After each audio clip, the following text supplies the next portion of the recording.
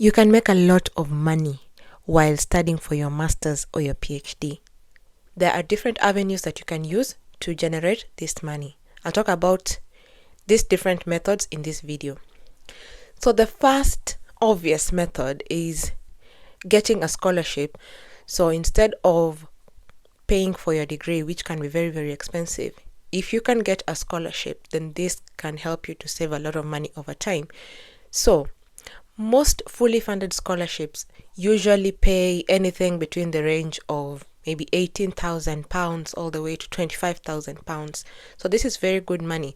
And the good thing about the scholarship stipends is that they're not taxed. All you need to do in order to count how much money you'll make every month is to basically take the yearly stipend and divide it by 12. So let's say, for example, you apply for a scholarship and you're successful and the scholarship is paying £24,000 stipend per year.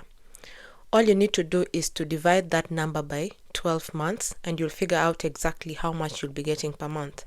That is 24,000 divided by 12, which is £2,000 per month untaxed. So this is a very good sum, and the reason I say it's a good sum is because you're still a student. Let me give you another reason why this is good. So when you come for your master's or you come for your PhD, as a student, most students will usually stay in student accommodation or in shared rooms. What do I mean by shared rooms? Okay, here in the UK, there's this interesting phenomenon that happens. People share houses. So let's say, for example, you get into the UK, you're a student and you're looking for accommodation. The likely option that you're going to find is some of these shared houses, and this is how it works. So let's say there's a house, it is a 3-bedroom. So that is a full apartment, but it has 3 bedrooms inside it. So this apartment is shared by 3 students, such that each student has their own bedroom. So these bedrooms are not just basically a bed and that's it. So most people who build rentals near universities, or most people who own apartments and rent them out near universities, usually consider that students will be their main occupants.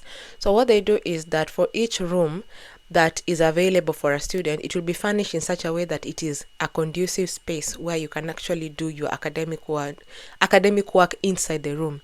So you'll find that the rooms have a bed, they have a study area, so that is a desk and a chair, as well as enough lighting so that you have a good environment when you're studying during the day.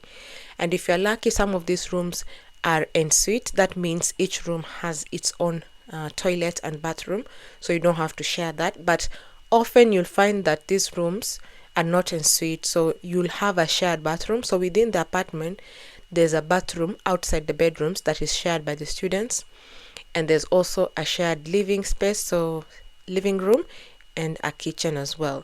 But your bedroom is private and it's yours, and you can lock it during the day. So that is a shared apartment. Most of these apartments start anywhere from £400 up to £800, depending on the location of the university.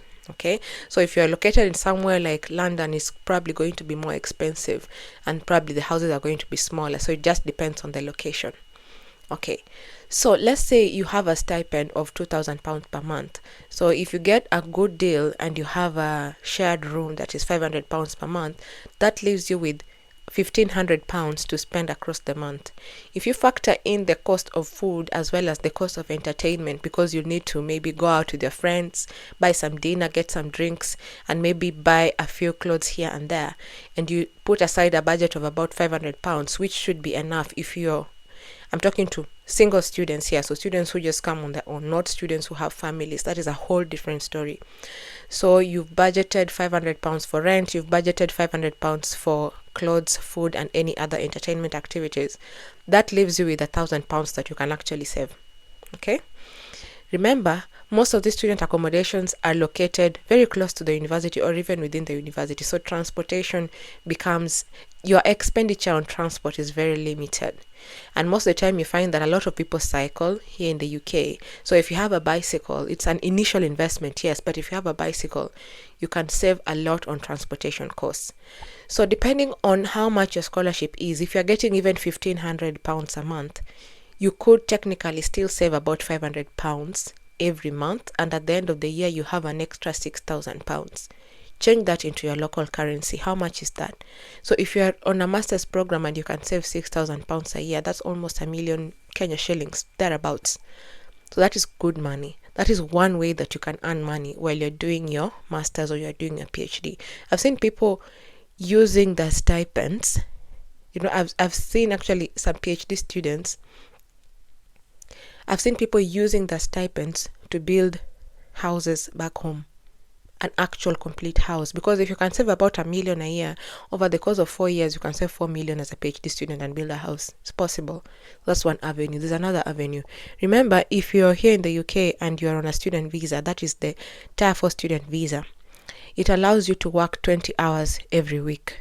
So every week you're allowed to work up to 20 hours.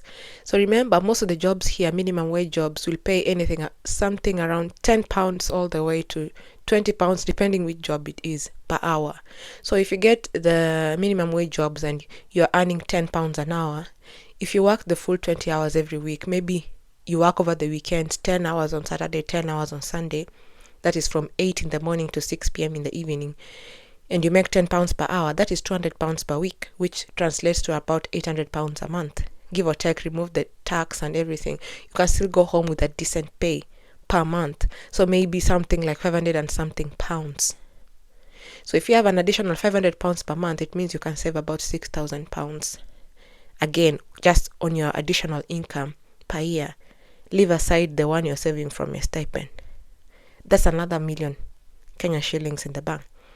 So translate to your local currency. These are different ways that you can make money. I'm not even finished. There's another way. Remember, if you're here as a master's or PhD student, you can also do tuition, extra tuition on the side.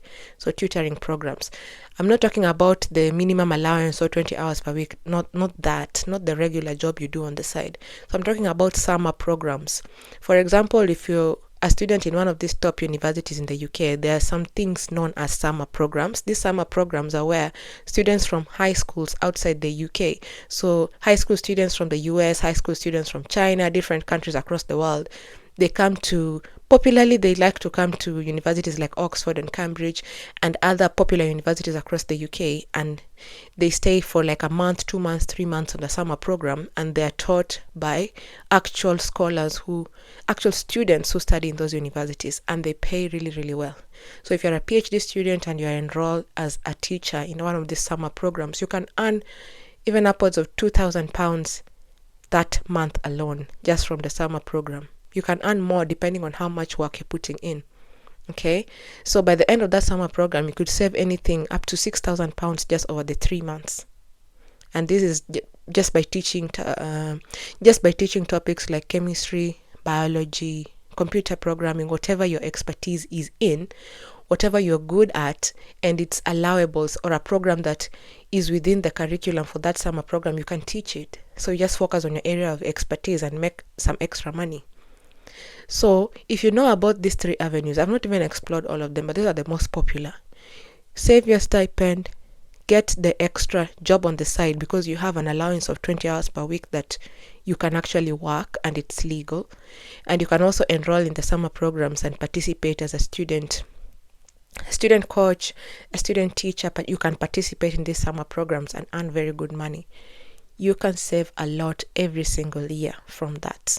Okay, and at the end of, for example, your PhD, if you're smart and you're using all these opportunities, then you can come out of the UK with a lot of money. So these are some of the ways that you can use to earn money on the side while you're studying. Okay, let me know if you're a student and you're watching this, you're currently doing a master's or currently doing a PhD. Are there other opportunities that you know about that people can use, or opportunities that you've actually used to make money on the side while you're studying? Let us know down on the comment section. And as usual, if you like this content and you want more content like this, make sure you subscribe and also leave a comment and let me know the topics you want me to cover, because there's a lot. Okay, and make sure if you've not yet applied for your advanced degree and you're really interested in pursuing an advanced degree, master's or PhD, start now. There's no better time than right now. Okay, see you next time. Bye.